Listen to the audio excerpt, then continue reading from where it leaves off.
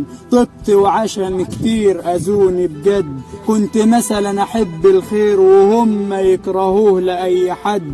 كنت مثلا أحب القرب وهم يتمنوه للبعد. كنت أحب لهم يسر الحال وهم حطوا في وشي حيطة سد. كنت أحب لهم النجاح ويبدلوني هم بكل حقد.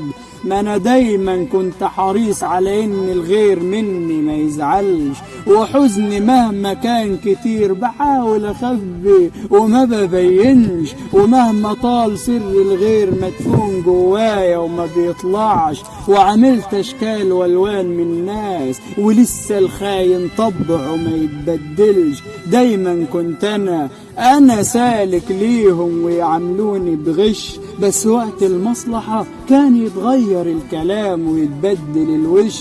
وحاولوا يفتنوني 1000 مرة وانا ما اتفتنش، وكان لما الخير يزيد أدي بقلب جامد وما بمنعش. وأملهم كان في وقوع بثقة ثابتة ما تتغيرش.